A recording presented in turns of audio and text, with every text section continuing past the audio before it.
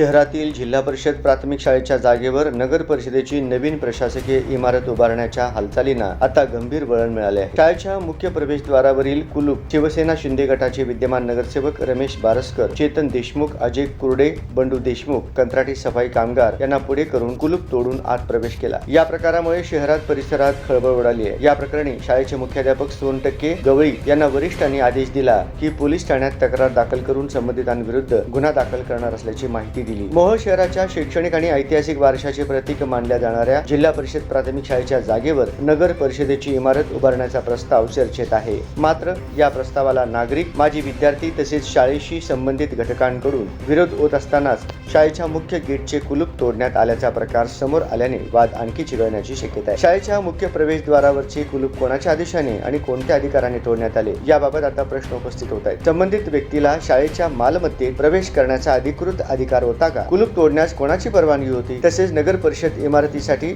शाळेची जागा वापरण्याचा अधिकृत निर्णय झाला आहे का याची चौकशी होण्याची मागणी होत आहे। या प्रकाराची गंभीर दखल घेत शाळेचे मुख्याध्यापक पोलीस ठाण्यात तक्रार दाखल करण्याच्या तयारीत आहेत। शाळेच्या प्रवेशद्वाराचे कुलूप तोडणे, शाळेच्या परिसरात अनधिकृत प्रवेश करणे अथवा मालमत्तेचे नुकसान झाले असल्यास त्याबाबत संबंधित कायदेशीर तरतुदीनुसार कारवाई करावी अशी मागणी तक्रारीत केली जाण्याची शक्यता आहे। दरम्यान शाळेची जागा नगर परिषदेच्या प्रशासकीय इमारतीसाठी वापरण्याबाबतचा संपूर्ण प्रशासकीय निर्णय, जागेची मालकी, हस्तांतरणाची प्रक्रिया, शासकीय मंजुरी आणि संबंधित ठराव यांची माहिती सार्वजनिक करण्याची मागणी नागरिकांकडून होत आहे। शाळेच्या गेटचे कुलूप तोडण्याचा अधिकार संबंधित नगरसेवकांना कोणी दिला असा थेट सवाल आता उपस्थित केला जात आहे। अधिकृत परवानगी नसताना कुलूप तोडण्यात आले असे सिद्ध झाल्यास संबंधितांवर कायदेशीर कारवाई होणार का याकडे मोहोळकरांचे लक्ष लागले आहे।